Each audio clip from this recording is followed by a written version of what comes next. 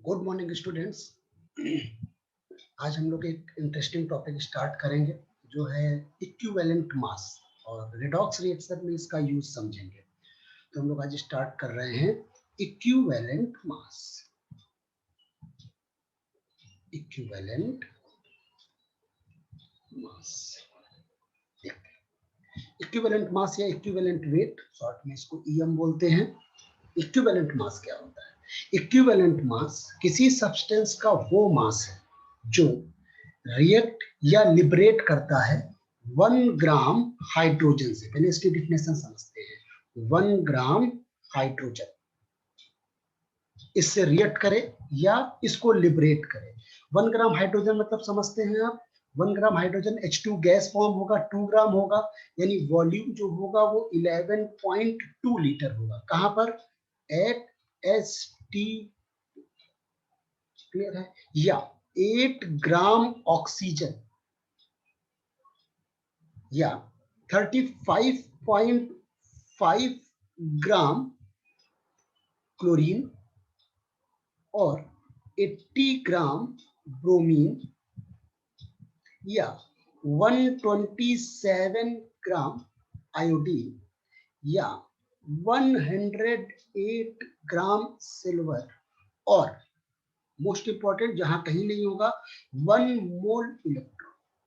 Equivalent mass किसी substance का वो मास है जो 1 ग्राम हाइड्रोजन से रिएक्ट करे या लिबरेट करे। सब कांस्टेंट यहां पे लिख देता हूं। इन सभी से रिएक्ट करे और लिबरेट करे। रिएक्ट और लिबरेट, उसको हम क्या बोलते हैं? वो हमारा इक्विवेलेंट मास है।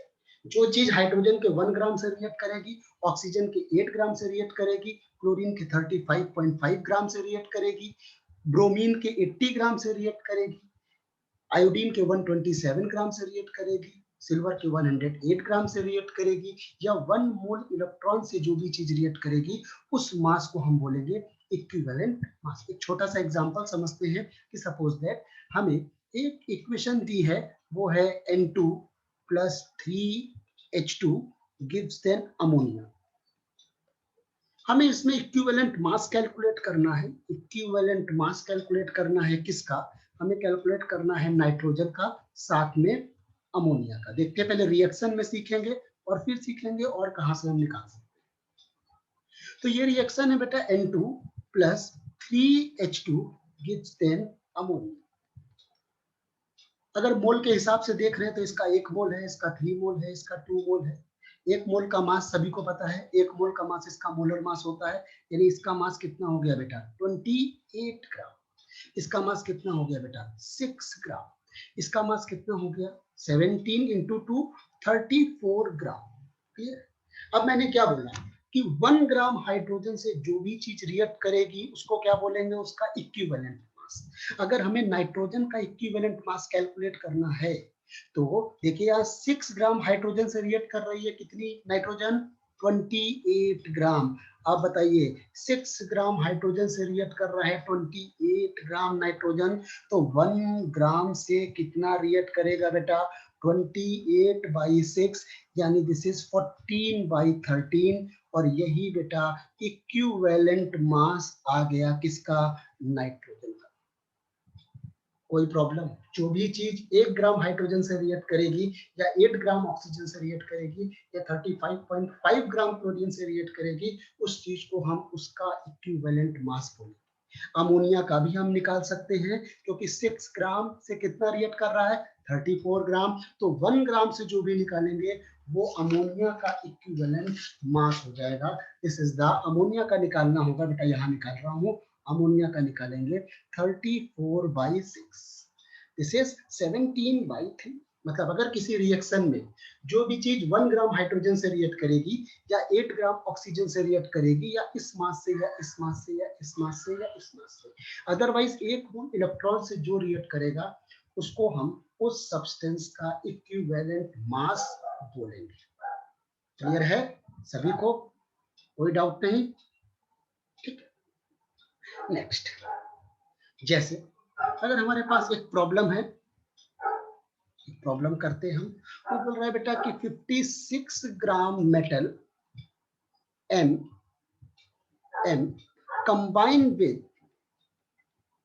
combines with 16 gram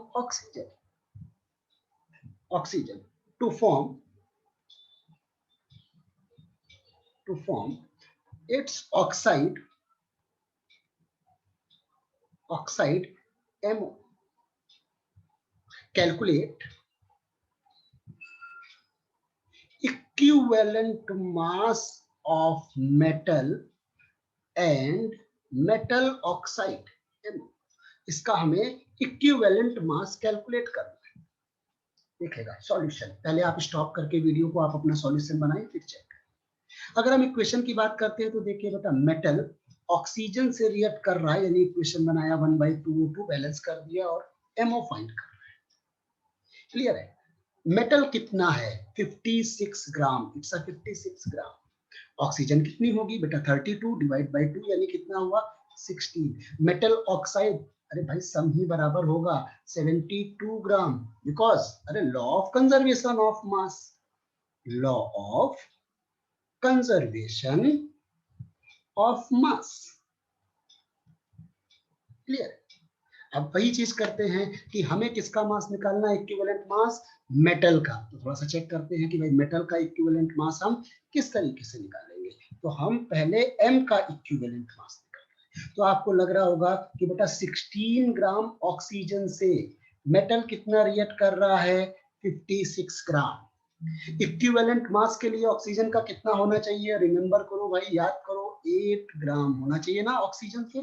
तो यानी 8 ग्राम ऑक्सीजन से ये कितना रिएक्ट करेगा बेटा? सभी को यूनिटरी मेथड आता है, 56/16 इंटू 8 टू 16, आंसर कितना आ जाएगा? 28। Any problem? नहीं। दूसरा, हम अगर मेटल ऑक्साइड का निकालते हैं तो इस बार मेटल ऑक्साइड को कंपेयर कर देते हैं। तो 16 ग्राम में मेटल ऑक्साइड कितना रिएक्ट कर रहा है, कितना लिबरेट कर रहा है? 72। देन किसमें निकालना है हमको? फिर से 8 में निकालना है, तो यानी 72/16 इंटू 8, 8 टू 16, 36। देन जो आंसर इज मेटल का हो गया 28, मेटल ऑक्साइड का हो गया 36। This is your equivalent mass. Basic definition से मैंने आपको समझाया कि आपको इक्विवेलेंट मास क्या होगा। दूसरा, इक्विवेलेंट मास की बात करते हैं, अगर नेक्स्ट बात करते हैं कि कभी आपको इक्विवेलेंट मास निकालना हो, रिएक्शन ना हो, तब आप कैसे निकालेंगे? तो बेटा equivalent mass is equal to, this is your molar mass upon n factor या वैलेंस फैक्टर। अब आज हम केवल रेडॉक्स रिएक्शन को लेके ही चल रहे हैं, इसलिए बैलेंस फैक्टर रेडॉक्स रिएक्शन के लिए हम बता के उसके एग्जांपल करेंगे। जेई में क्वेश्चन डिसप्रपोर्शनेशन का आता है, उसको भी सीखेंगे। तो आज हम एन फैक्टर की बात करेंगे, इसके लिए रेडॉक्स के, यानी n factor for redox reaction. आज इसी को हम एक्सप्लेन करेंगे।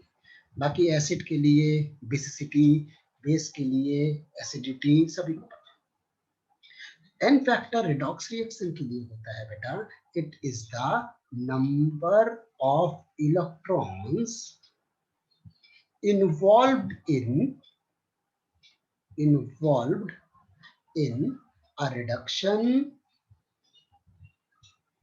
or oxidation। यानी रिडक्शन और ऑक्सीडेशन में जो भी नंबर ऑफ इलेक्ट्रॉन्स इन्वॉल्व होंगे उनको हम बोलेंगे वो उसका एन फैक्टर है। एग्जांपल, जैसे मैंने एक एग्जांपल लिखा कि भाई MnO4 माइनस से कन्वर्जन हो रहा है Mn2 प्लस। ये पोटेशियम परमैंगनेट का है बेटा और एसिडिक मीडियम में। रेडॉक्स जिसने पढ़ी होगी उसको आइडिया, एसिडिक मीडियम में पोटेशियम परमैंगनेट।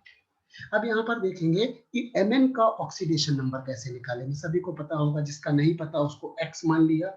ऑक्सीजन का हमें पता है -2, तो 4 इंटू -2 टोटल का -1, x पे वैल्यू आ गई +7। तो यहाँ पर कितना हो गया बेटा +7, यहाँ पर कितना हो गया +2। आप बताइए यहाँ पर +7 है, यहाँ पर +2 है, हमें क्या इलेक्ट्रॉन ऐड करने हैं। इलेक्ट्रॉन हम किस तरफ ऐड करेंगे, इस तरफ ऐड करेंगे। This is 5 electron. वैसे भी याद रखिएगा कि ऑक्सीडेशन नंबर जब डिक्रीज होता है तो रिडक्शन होता है। मैं लिख रहा हूँ यहाँ पर ऑक्सीडेशन नंबर डिक्रीज मतलब रिडक्शन, ऑक्सीडेशन नंबर इंक्रीज मतलब ऑक्सीडेशन। ठीक है, तो आप याद रखो भाई LEOPER, loss electron oxidation, profit electron reduction. Reduction में क्या करना है, प्रॉफिट करना है, गेन करना है। तो यहाँ पर 5 इलेक्ट्रॉन का हमने क्या कर दिया, गेन कर दिया।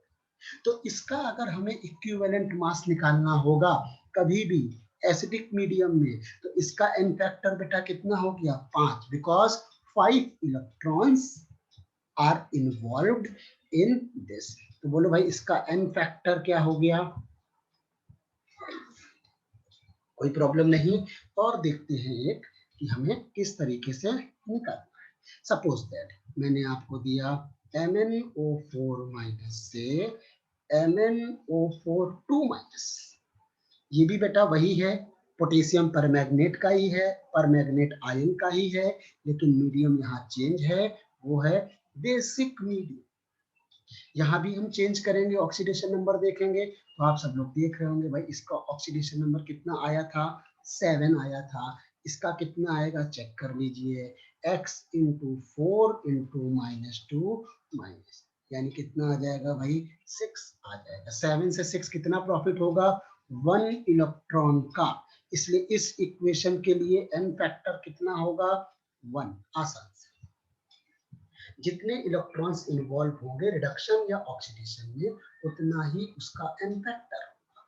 एक और देखते हैं हम, जैसे लिखा MnO4-, तीसरा भी केस कर लेते हैं। MnO बोलेगा एन फैक्टर क्या है, ये मीडियम है बेटा न्यूट्रल बोलते हैं, लेकिन जब आप बैलेंस करेंगे रेडॉक्स देख रहे होंगे तो ये वीक एल्कलाइन मीडियम है, बेसिक मीडियम है, weekly basic basic medium. Electron फिर आप चेंज देखिए यहाँ पर MnO4- ऑक्सीडेशन नंबर 7 आया होगा, ऑक्सीडेशन नंबर 4 आया होगा। इलेक्ट्रॉन्स कितने इन्वॉल्व हो रहे होंगे, 3 इलेक्ट्रॉन इन्वॉल्व हो रहे होंगे। एन फैक्टर कितना होगा भाई 3। तो पोटेशियम परमैंगनेट के लिए मैंने शॉर्टकट बनाया, आप याद रख सकते हैं भाई BNA बनारस। क्या याद रखोगे भाई, बनारस, बनारस याद रखा, BNA मतलब बनारस। अपना बनारस आगे बढ़ रहा है भाई, मोदी जी सांसद है, आगे ही बढ़ेगा। तो याद रखिएगा बढ़ रहा है यानी बढ़ते हुए क्रम में 1-3 टच। यानी फाइनली ये पता चला कि बेसिक मीडियम में इसका 1 होगा, न्यूट्रल मीडियम में इसका 3 होगा, एसिडिक मीडियम में इसका 5 होगा। तो आप याद रख सकते,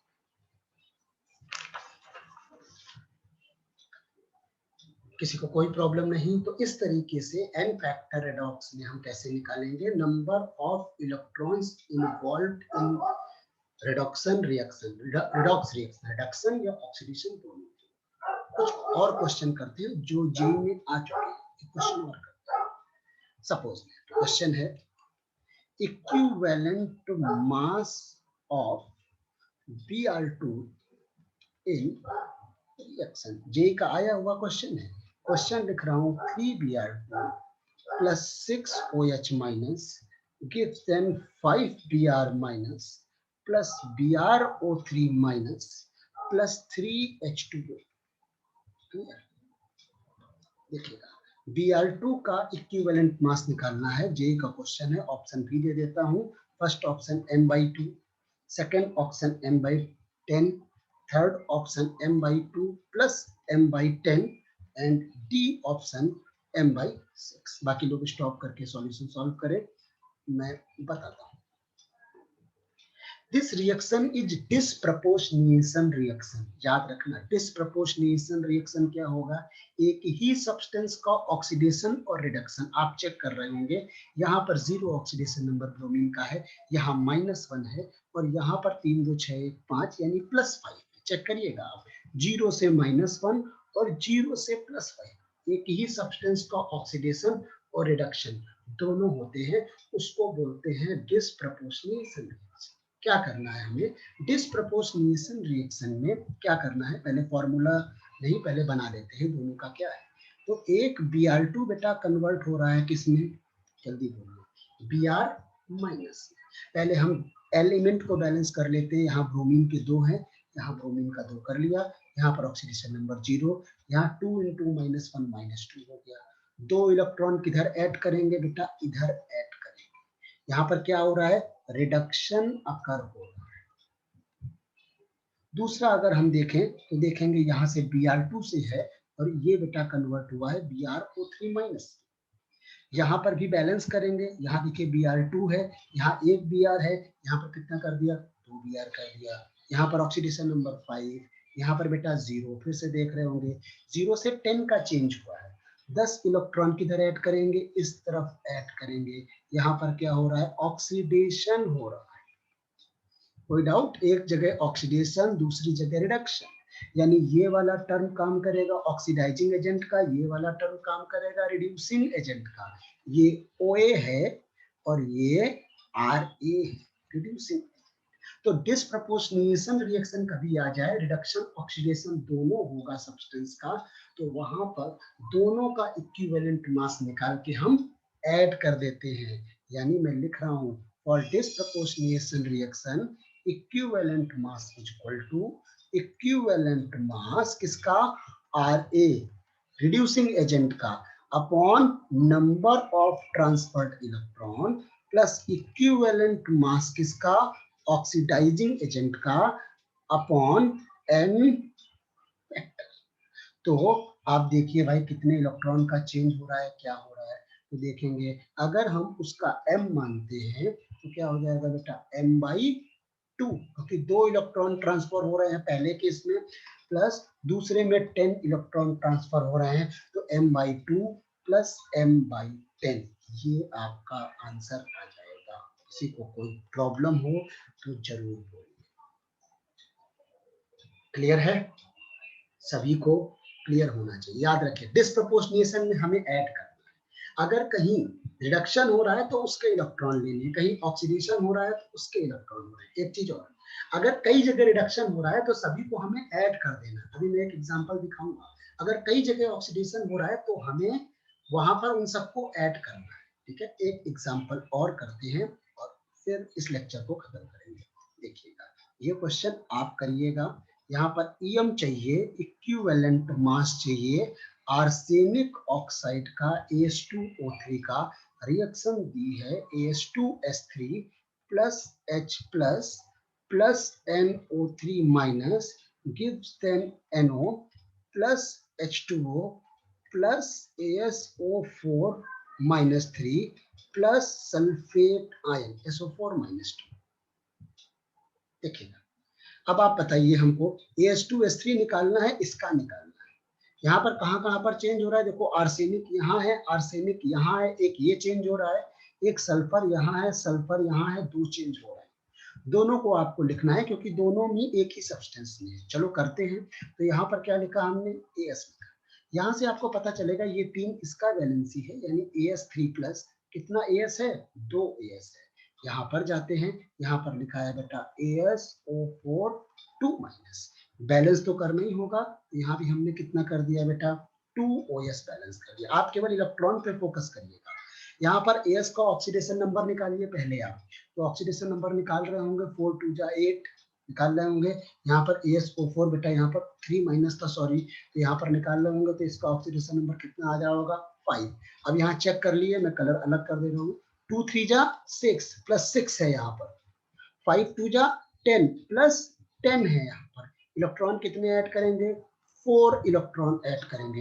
हो क्या रहा है यहाँ पर, लॉस इलेक्ट्रॉन, ऑक्सीडेशन हो रहा है। दूसरा S को अगर आप देखेंगे तो बेटा S के ऊपर 2 माइनस आएगा और 3 है, बैलेंस कर लीजिए। यहाँ पर आप चेक करिए SO4 2 माइनस है, तो यहाँ भी 3 करना पड़ेगा बैलेंस करने के लिए। इस पे ऑक्सीडेशन नंबर निकाल रहे होंगे आप, तो बेटा कितना आ रहा होगा, 6 आ रहा होगा। तो फिर मैं कलर बदलता हूँ, वही समझना आपको। ये -6 है और यहाँ 6 3 जा 18 है, प्लस 18। कुछ लोगों को, बच्चों को लग रहा होगा -6 से 18 12 का चेंज है। नहीं बेटा, -6 से पहले 0 जाना होगा, फिर +12 जाना होगा। कितने का चेंज है बेटा, 24 का चेंज है। यहाँ पर क्या हो रहा है, ऑक्सीडेशन। और मैंने बोला था अगर दोनों जगह ऑक्सीडेशन हो रहा है तो n फैक्टर हम सम कर देंगे, यानी n फैक्टर 24 + 4 28 n फैक्टर हो जाएगा, यानी EM आंसर हो जाएगा m/28। और भी आप डिफरेंट क्वेश्चंस इसके करिए। किसी को कोई भी प्रॉब्लम हो तो मुझे जरूर बताइए। करना वही है कि रिडक्शन ऑक्सीडेशन करके उनके इलेक्ट्रॉन को ऐड कर देना है। ठीक है, आप कमेंट दीजिएगा और नेक्स्ट उस पे आएंगे तो कुछ और भी अच्छे क्वेश्चन करेंगे। जेईई में क्वेश्चन अक्सर आता है, तो आप इस तरीके से कर सकते हैं। ठीक है, तो अभी के लिए थैंक यू। आप कमेंट जरूर डालिएगा, कोई क्वेश्चन हो जिस पे आपको निकालना हो, मैं भी क्वेश्चन शेयर कर दूंगा, तो आप बताइएगा। ठीक है, चलो थैंक यू।